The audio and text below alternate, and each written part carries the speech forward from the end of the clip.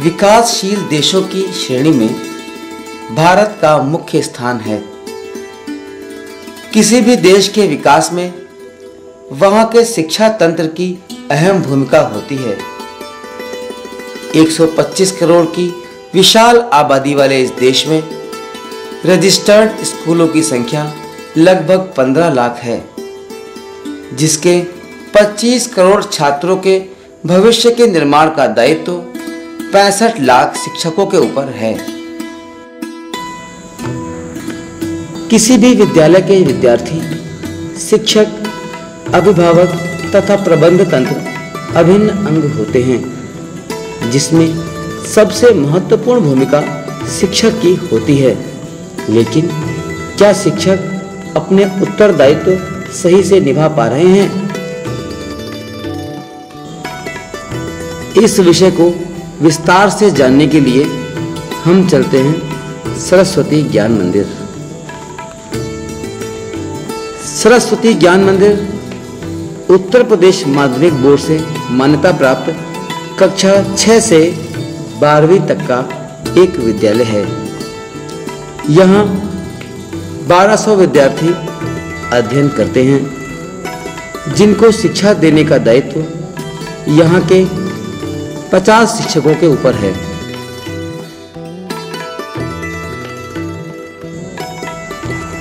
इन 50 शिक्षकों में से एक हैं श्री सुरेंद्र कुमार जी, जो इस विद्यालय में लगभग 25 वर्षों से विद्यार्थियों को इंग्लिश विषय की शिक्षा दे रहे हैं।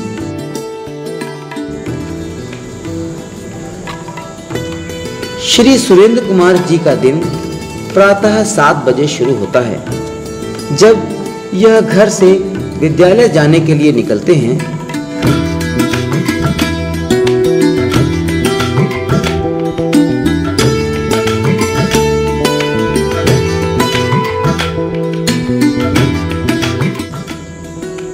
आपका सबसे पहला लक्ष्य होता है समय पर विद्यालय पहुंचना।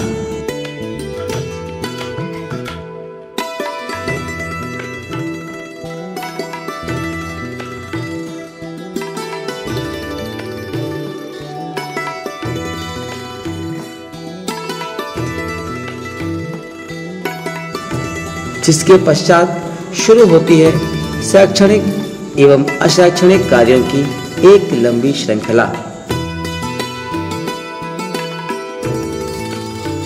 विद्यालय में सर्वप्रथम हम लोग प्रवेश करते हैं। इसके उपरांत हम उपस्थिति लेते हैं। उपस्थिति के उपरांत प्रार्थना सभा में बच्चों को ले जाते हैं। नमस्कार, सूर्य नमस्कार, प्राणायाम और इत्यादि कर पाते हैं। Good morning, sit down. 1 2 3 4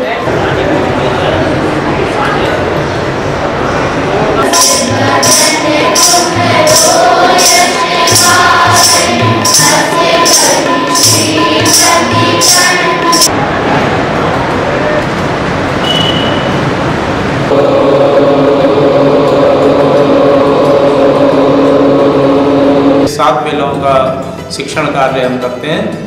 और इस शिक्षण कार्य के अतिरिक्त गृह कार्य है, असाइनमेंट का वर्क है। जो कमज़ोर विद्यार्थी हैं उनका अतिरिक्त जो कार्य देते हैं उनकी जांच कार्य करना, उनको अलग से जो है कुछ असाइनमेंट देना, ये कार्य। और लंच में भोजन व्यवस्था भी मेरे पास रहती है। भोजन व्यवस्था बच्चों को व्यवस्थित करने के बाद हम लोग अपना लंच करते हैं।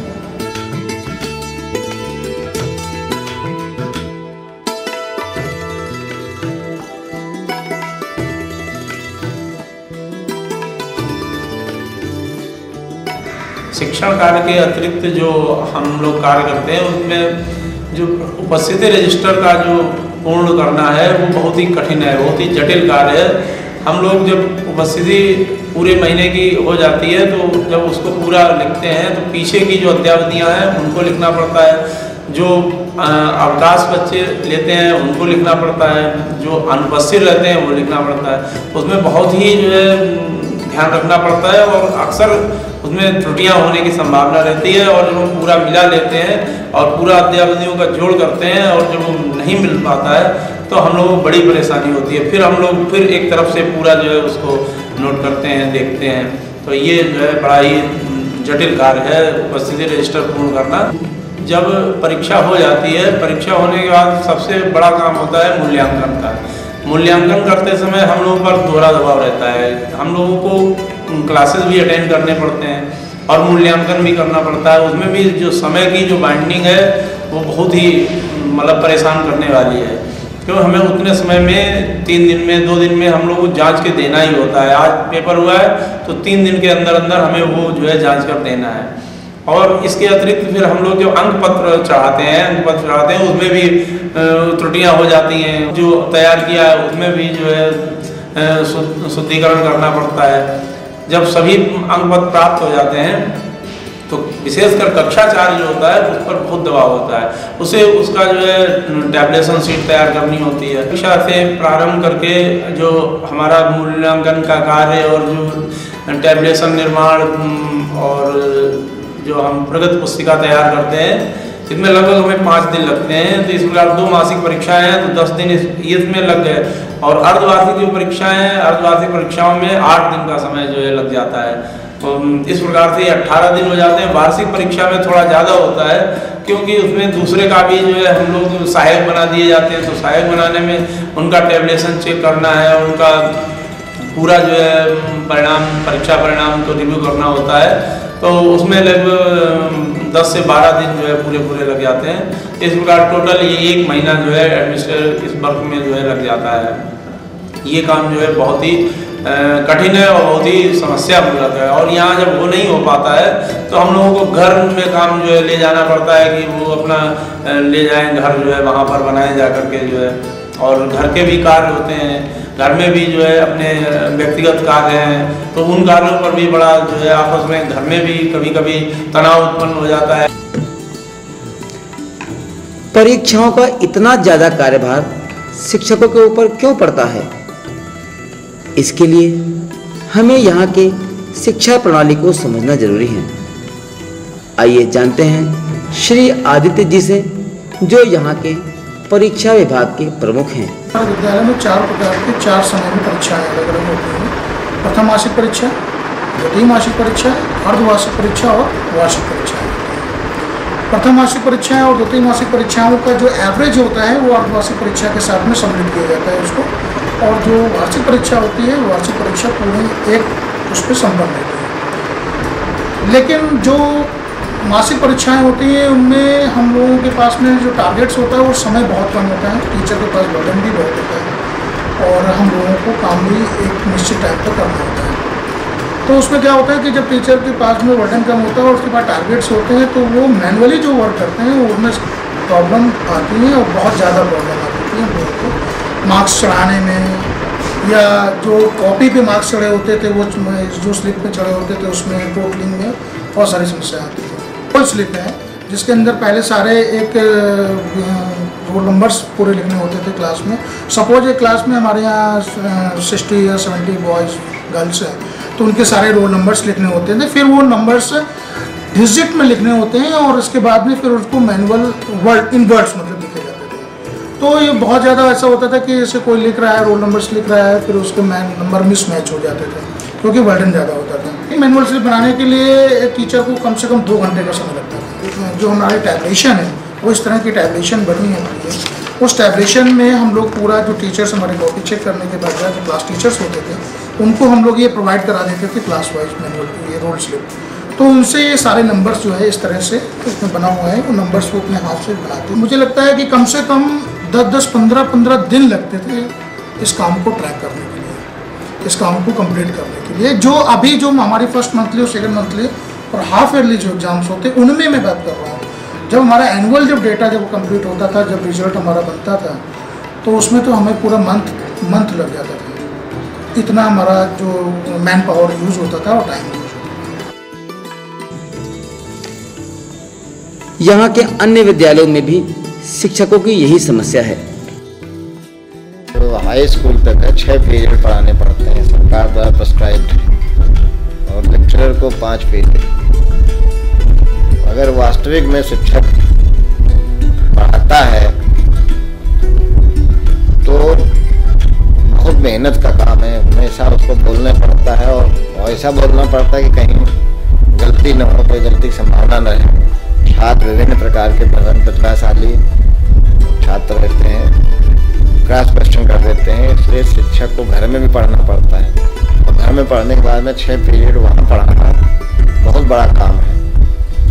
इसके बाद में फिर रिजल्ट बनाना और ये जो रजिस्टर बनाना, रजिस्टर को तो हम यहाँ तक कह सकते हैं कि भाई शिक्षक जो है अपना उपस्थिति ले ले, शेष काम जितना है फीस ऑफिस में हो तो शिक्षक और अपने मन से पढ़ा सकता है और उसका स्ट्रेस, उसका दबाव जो है कम हो सकता है। यही कारण है कि जब हम कहीं जो है अलग दूसरा काम करेंगे तो फिर हम शिक्षा में चोरी करेंगे, पढ़ाने में जो है इतने मनोयोग से नहीं पढ़ाएंगे। मनोयोग से पढ़ाने के लिए तो ये आवश्यक है उसका अधिक से अधिक उसका काम, मुंशीगिरी वाला काम उससे कम लिया जाए, शिक्षण कार्य पर उसको जो है उसको दे दिया जाए, वो काम करे, पेपर बनावे, कापी जांचे और रिजल्ट और नंबर जो है पोस्ट करके जो है मिल जाए और काम जो है कोई अगर दूसरे साधन से हो तो हम समझते हैं शिक्षा का स्तर और बेहतर। हमारे यहाँ पढ़ाई के अतिरिक्त जो कार्य होते हैं उसमें जो एज ए क्लास टीचर पूरी क्लास को संभालना, उनके अटेंडेंस लेना, उनकी फीस जमा करना, जब एग्ज़ाम का काम होता है तो उस समय उनके रिपोर्ट कार्ड तैयार करना, कापियाँ जांचना, रजिस्टर तैयार करना और महीने में एक दिन फीस का रजिस्टर भी हम लोगों को तैयार करना होता है। इसमें जो दबाव का प्रश्न होता है उसमें जो वो पढ़ाई कर रहा, अध्यापन कार्य कर रहा होता है उसमें थोड़ी सी बाधा आती है और वो बाधा ये होती है कि जिस समय वो पढ़ाने के मूड में होता है और वो क्लास के बच्चों का के देखभाल में, उनकी समस्याओं को सुनने में कि किसने फीस नहीं दी, किसने कौन अभी नहीं आया है, उसके गार्जियन से बोलना है, रजिस्टर नहीं है, कभी उसको जैसे 12th क्लास के बाद TC काटनी है तो उसकी रसीद कटवाने आ गया। तो इस प्रकार अतिरिक्त कार्यों के कारण जो एक बहुत अच्छा जो अध्यापन होना चाहिए उसमें असुविधा। क्या यह कार्य इतना कठिन है? आइए जानते हैं विद्यार्थियों से कि वे शिक्षकों के द्वारा व अन्य नौकरी पेशा लोगों के द्वारा किए जाने वाले कार्यों के बारे में क्या राय रखते हैं। हमें लगता है कि और प्रोफेशनल्स टीचर से ज़्यादा, मुझे लगता है कि डॉक्टर, इंजीनियर्स ये सब टीचर्स की अपेक्षा ज़्यादा काम करते हैं। मुझे लगता है कि जो डॉक्टर्स, इंजीनियर्स और चार्टर्ड अकाउंटेंट होते हैं वो टीचर्स की अपेक्षा ज़्यादा काम करते हैं। मुझे लगता है अकाउंटेंट्स टीचर से ज़्यादा काम करते हैं। मेरा नाम प्रियांशु गुप्ता है, मैं क्लास 10th B में पढ़ती हूँ। मैं बड़े होकर टीचर बनना चाहती हूँ।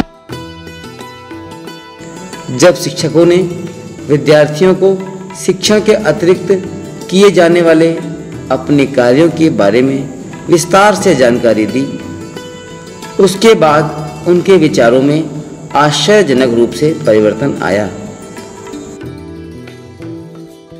टीचर्स के पास पढ़ाई के अलावा और भी कई काम होते हैं, जैसे बच्चों के रिजल्ट बनाना, उनके नंबर की कैलकुलेशन मेंटेन करना, जिसमें बहुत ही टाइम वेस्ट होता है और बहुत ही टफ काम है और मैं इन कामों को नहीं कर सकती। टीचर्स के पास पढ़ाई के अलावा और भी अदर वर्क्स होते हैं, जैसे अटेंडेंस रजिस्टर बनाना और हर बच्चे की फीस कितनी आई है इसको मेंटेन रखना। ये बहुत टफ वर्क है, ये हम नहीं कर सकते।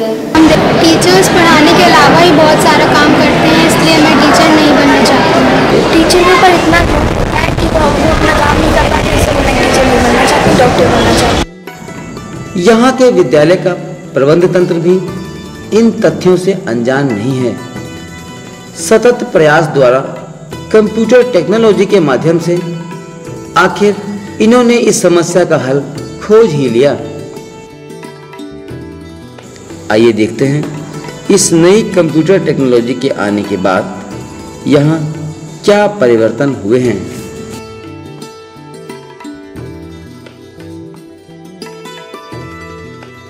जो कंप्यूटर टेक्नोलॉजी है वो हमने 1 या 1.5 वर्षों से यूज़ करना शुरू किया है।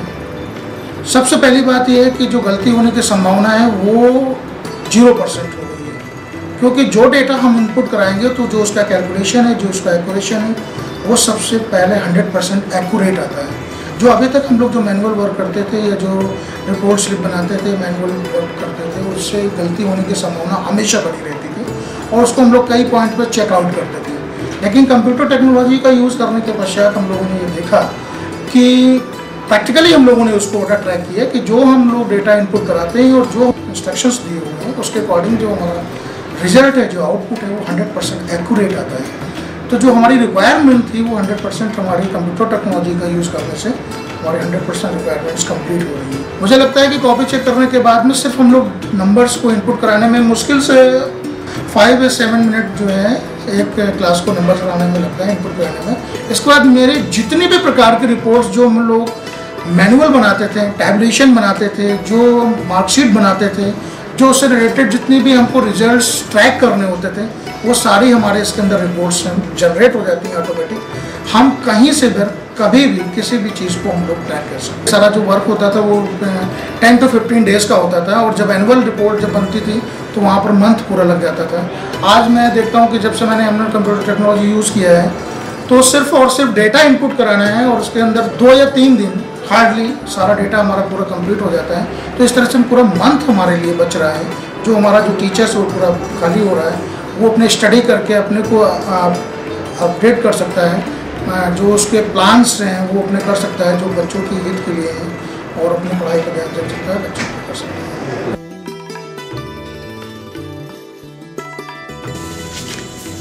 क्या इस नई टेक्नोलॉजी के आने के बाद सुरेंद्र जी को कोई लाभ हुआ है? विद्यालय में कंप्यूटर टेक्नोलॉजी आने से पहले जो भी कार्य होता था हमें ये मैनुअल वर्क करना पड़ता था। जो परीक्षाओं एडमिनिस्ट्रेटिव वर्क होता था सभी पूरा मैनुअल वर्क करने के कारण हमारा बहुत समय भी लगता था। और कंप्यूटर टेक्नोलॉजी जब शुरुआत में ये आई विद्यालय में तो इससे हम लोगों को जो काफ़ी एडल्ट काफ़ी जो उम्र जिन 50 से ऊपर है तो हम लोगों को ये लगता था कि हम इसके साथ कोप विद नहीं कर पाएंगे, क्योंकि हमने कभी सीखा नहीं था, हमें बड़ी समस्या लग रही थी। शुरू में जब बताया गया जो है कि आपको ये सब करना है, आपका परिणाम आपको चढ़वाना है, अंक चढ़वाने हैं और आपको उपस्थिति जो है कंप्यूटर पर स्वयं जो है अपना प्रयोग करना है, चढ़ाना है, तो हम लोग बहुत ही डर लग रहा था। सोचा था कि शायद अब जो है ये कार्य हमसे नहीं संपन्न हो पाएगा। लेकिन हमारे जो प्रबंधक जी हैं उन्होंने हमको मोटिवेट किया, उन्होंने हमारे कई एक जो है हमको समझाया और जो है व्यवस्था ऐसी की प्रशिक्षण दिलाया और इसके बाद हम लोग उसको सीख गए। काफ़ी उसमें परफेक्शन आ गया है और हम लोग अब सभी कार्य अपना कर लेते हैं।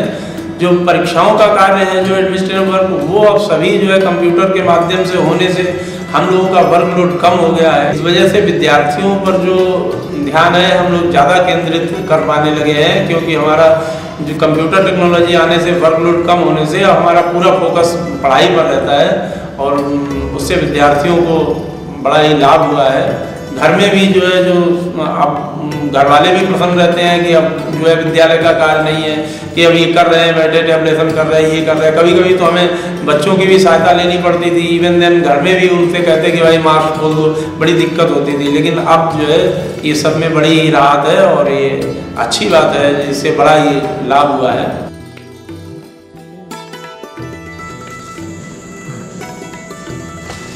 इस विद्यालय के अधिकांश शिक्षकों को पहले कंप्यूटर चलाना नहीं आता था।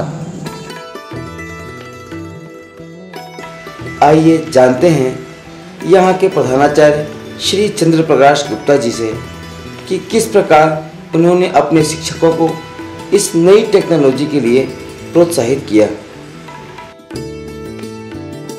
शुरू में इसे कंप्यूटर टेक्नोलॉजी लाए तो पहले टीचर बड़े भयभीत हुए, डरे नहीं, मैनुअल ज़्यादा अच्छा है, इसमें कंप्यूटर में नंबर फिर कराने में समय लगेगा, परेशान होना पड़ेगा। लेकिन जब अभी हमने वार्षिक परीक्षा था, पिछले साल वार्षिक परीक्षा रिजल्ट जब पोस्ट कराया और उसमें हमने ट्रायल लिया और ट्रायल लेने के बाद फिर मैनुअल भी बनवाया था और कंप्यूटर से भी निकलाया। और जब निकला तो टीचर सारे टीचर बहुत प्रसन्न हो जाए उन्हें कुछ हमें वर्कशॉप देनी पड़ी टीचर्स को। जो कंप्यूटर लिटरेट थे उन्हें बहुत आसानी समझ में आ गया, जो कंप्यूटर एकदम जानते नहीं थे, बड़े भयभीत थे, लेकिन उन्होंने भी उसे अडॉप्ट किया आसानी से और वो ज़्यादा सफल हैं कंप्यूटर लिटरेट टीचर की अपेक्षा। वो बड़ी इंटरेस्ट से उसमें अपना रिजल्ट पोस्ट करते हैं। विद्यार्थी भी आश्चर्य कर रहे थे इतनी जल्दी रिजल्ट पहुंचना और उन्हें मालूम होना। इसे हमने वेबसाइट में डाल दिया, ऑनलाइन हो गया है। और जो हमारे यहाँ अटेंडेंस होती है 2 मीटिंग में, ये कोई विद्यार्थी जानना चाहे तो अपने बच्चे का SR नंबर फीड करे और तुरंत उसे अपने बच्चे की अटेंडेंस उसी दिन की मालूम हो सकती है कि आज हमारा बच्चा प्रेजेंट है या नहीं प्रेजेंट है। इसी तरह से वो अपने बच्चे की पूरी परफॉर्मेंस जान सकता है। यदि वो जानना चाहता है कि हमारी मैथ में हमारा बच्चा किस तरह का है या साइंस में है, इस सब्जेक्ट में वीक है, कि फीस जमा है या नहीं जमा है। गार्जियन को सूचना लेने के लिए अपना टाइम निकालना पड़ता था, छुट्टी लेनी पड़ती थी, अपने ऑफिस से दूर रहता है तो समय से आ नहीं पाता था। तो वो भी अब बड़ा प्रसन्न है कि नहीं, अब हमें तो अपने नेट में हमारी वेबसाइट में जा कर दे और वो अपने बच्चे का SR नंबर डालने के बाद कंप्लीट रिपोर्ट ले लेता है। बच्चे पर भी भरोसा यदि उसे नहीं है तो जान लेता है नहीं हमारा बच्चा आज विद्यालय कॉलेज में प्रेजेंट हुआ या नहीं प्रेजेंट हुआ। एज ए प्रिंसिपल कि हमें बहुत सी चीज़ों के लिए अपने क्वीन दौड़ाने पड़ते, चपरासी दौड़ाने पड़ते थे, ये इन्फॉर्मेशन लाओ वो इन्फॉर्मेशन लाओ। अब सारी इन्फॉर्मेशन एट ए मोमेंट हमें तुरंत मिल जाती है और एट ए ग्लांस हम उसे देख सकते हैं। इस तरह से मैं ये समझता हूँ कि जैसा होना चाहिए था कि ये जितने विद्यालय हैं उसमें टीचर्स की जो एनर्जी है वो इस लिखा पढ़ी के काम में न बर्बाद हो सकते। बच्चों पर ही वो सोचें, उन पर एक्टिविटी कराएं, उनसे प्रोजेक्ट कराएं, उनसे सिलेबस तो डेवलप करें। हम अपनी टीचर की पूर्ण एनर्जी टीचिंग स्किल में ही और बच्चों की स्किल बढ़ाने में ही हम इस्तेमाल करना चाहते हैं, जिससे हमें इस कंप्यूटर टेक्नोलॉजी का पूरा लाभ मिला है। इस कंप्यूटर टेक्नोलॉजी को विद्यालय में लाने की सबसे महत्वपूर्ण भूमिका यहाँ के प्रबंध तंत्र की थी। आइए जानते हैं यहाँ के प्रबंधक श्री अजित अग्रवाल जी के विचार। विकसित देश जो हैं उनकी शिक्षण पद्धति में और अपने भारत देश की शिक्षण पद्धति में जमीन आसमान का अंतर है। अपने देश भारत का शिक्षक जो है उसका काम केवल शिक्षण देना अर्थात कक्षाओं में विद्यार्थियों को पढ़ाना होना चाहिए, लेकिन वर्तमान समय में चाहे वो सहायता प्राप्त विद्यालयों में हो अथवा असहायता प्राप्त विद्यालयों में शिक्षण कार्य शिक्षक कर रहा है, उसको शिक्षण के अलावा भी बहुत तरह के काम करने पड़ रहे हैं। वो बड़े कुंठा में दबाववश काम तो करता है, लेकिन जो काम उसका शिक्षण प्रदान करने का है उसके साथ वह पूर्ण रूप से न्याय नहीं कर पाता। जब मैंने ज्ञान मंदिर का प्रबंध तंत्र में प्रबंधक का दायित्व संभाला, हमने जो सोचा था उस पर पूर्ण रूप से हम सफल हुए। जो विद्यालय में आचार्य शिक्षण के अलावा और विषयों में और कामों में जुटे रहते थे, उनसे उनको मुक्ति आज की तारीख में ज्ञान मंदिर में प्राप्त हो चुकी है। अगर सभी विद्यालय कंप्यूटर तकनीकी के माध्यम से इस प्रयोग को करते हैं तो मेरा ऐसा सोचना है कि हम देश का भी सुधार करेंगे और हमारा विद्यालय का जो सुधार होगा वो भी होगा और देश हमारा और आगे बढ़ेगा, ऐसा मेरा सोचना है। आइए जानते हैं विद्यालय में कंप्यूटर टेक्नोलॉजी द्वारा आए इस बदलाव के विषय में विद्यार्थियों के अभिभावक क्या सोचते हैं। मुझे मेरी बेटी ने 2-3 दिन पहले बताया कि डैडी मेरे स्कूल में अब इंटरनेट सुविधा लागू हो गई है, जिससे आप घर बैठे अब मेरे बारे में चिंता करने की जरूरत नहीं है और आप घर बैठे हमारे बारे में सारे डॉक्यूमेंट्स उपस्थिति कॉलेज में गए हैं या नहीं गए हैं आप नेट में एक्सेस करके पूरी जानकारी प्राप्त कर सकते हैं। मुझे जैसे जानकारी मिली मैंने नेट खोला अपने मोबाइल पर और जब मैंने देखा कि मेरी बेटी दोनों टाइम उपस्थित थी तो मैं आश्चर्य से देखा, मैं अपने साथ ऐसा अनुभव खुशी महसूस कर रहा हूँ कि मैं बयान नहीं कर सकता हूँ। हमारा बेटा गौरव कलवानी SGM में कक्षा 11 का छात्र है। हमें खुशी हुई कि SGM ने ये नया काम चालू किया है, ऑनलाइन कर दिया है, जिससे हमें घर बैठे अपने बच्चे के बारे में सारी जानकारियाँ मिल जाएंगी। मुझे लगता है फर्स्ट टाइम कानपुर में ऐसा हो। इससे जो है तमाम तरीके की सुविधाएं सबको मिलेंगी। पेरेंट्स को तो खास कर बहुत फ़ायदा होगा। मेरे को पहले बहुत दिक्कतें होती थी कि मेरा बेटा स्कूल में उपस्थित होता है या नहीं, उसको फीस देते थे जमा हो रही है या नहीं, और उसके रिजल्ट वगैरह के बारे में। इससे मेरे को बहुत फ़ायदे हो रहे हैं, जैसे कि ना मैं घर बैठे उसकी उपस्थिति का, उसका परीक्षा फल और भी बहुत सारी जानकारियाँ ले सकती हूँ। जैसे कि वैसे भी कानपुर सिटी में मेरे को लगता है ये पहला कदम है उनका, और स्कूल भी इनको देख के काफ़ी प्रेरणा लेंगे और उनको अच्छा भी लगेगा। मेरे बेटे का मैं घर बैठे क्या आउट ऑफ सिटी भी ये सब देख सकती हूँ कि वो इस स्कूल में उपस्थित है या नहीं है, उसका परीक्षा फल कैसा जा रहा है, एग्ज़ाम कैसे जा रहे हैं, और भी जैसे सारे होमवर्क्स वगैरह सब मेरे को पता ऑनलाइन पे चलते रहेंगे। ये एसडीएम ने बहुत अच्छा किया, मैं उसके लिए थैंक यू बोलना चाहती हूँ एसडीएम।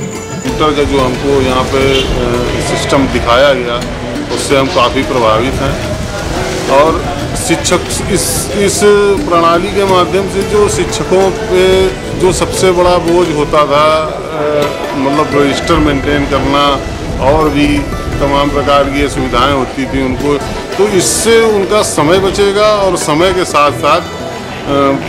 के साथ जब समय बचेगा, दिमागी बर्डन कम होगा, तो वो अधिक से अधिक हमारे बच्चों को ध्यान देके अधिक से अधिक उनको पढ़ाने का प्रयास करेंगे, और जिससे शिक्षा और बेहतर होगी हमारे बच्चों की। और जो भी हमें जानकारी जो कि हम स्कूल आके प्राप्त कर सकते हैं, हमें स्कूल आने की आवश्यकता नहीं है, हम अपने घर बैठ के इंटरनेट के माध्यम से बहुत आसानी से हम इस चीज़ को प्राप्त कर सकते हैं। कंप्यूटर टेक्नोलॉजी इस विद्यालय ने जो चलाई है उससे मुझे कई फ़ायदे हो रहे हैं, और सभी अभिभावक बंधु को होगा। सबसे पहली बात तो यह है कि मेरा बच्चा विद्यालय पहुंचा या नहीं पहुंचा, इसका मुझे घर बैठे पता चल जाएगा। मैं चूँकि पुलिस में नौकरी करता हूं, तो एक इस दृष्टिकोण से भी ज़रूरी है जानना कि मेरा बच्चा अगर नहीं पहुंचा, तो ऐसा तो नहीं कि कहीं कोई आपराधिक घटना से संबंधित हो, तो मैं अगर मुझे जानकारी जल्दी हो जाएगी तो मैं उससे जल्दी कार्रवाई कर सकता हूं, विद्यालय से पहुंच सकता हूं। वो समय जो मतलब अटेंडेंस में जो जाता था, वो सीधा मुझे फ़ायदा होगा, क्योंकि उतनी देर मेरे बच्चे को पढ़ाया जाएगा और उससे ज्ञानवर्धन होगा। कुछ एक और फ़ायदा है, जैसे फ़ीस है, और फ़ीस मुझे नहीं पता चल पाता कि मेरे बच्चे की फ़ीस कितने दिन की बकाया है, कब तक की, मैं किस महीने तक की फ़ीस मैं भिजवा चुका हूँ, तो इसका भी मुझे पता हो जाएगा, तो मैं पहले से ही तैयार रहूँगा कि मुझे इतने पैसे देने हैं। ठीक है। सबसे बड़ी चीज़ ये है कि ये जो टीचर्स जो है उनका जो समय बच रहा है, एक रुझान उनके अंदर जो पैदा हो रहा है कि नहीं हम ये करके समय बचा के बच्चों को पढ़ाएंगे, मुझे ये लगता है कि ये नई एक परिपाटी शुरू की गई है। मैं चाहता हूँ कि और भी जो विद्यालय हैं उनमें भी ये चले, और जो है सभी विद्यालयों में इस तरीके से हो जाए, तो उससे सभी को फ़ायदा होगा। और मुझे बड़ा खुशी है कि ये, मुझे तो ये लगता है कि विद्यालय में ये पहली बार ऐसा सरस्वती ज्ञान मंदिर में हुआ है, और मैं चाहता हूँ इसका अनुकरण करके सभी पूरे शहर और भी जगहों पे इसका फ़ायदा उठाएं।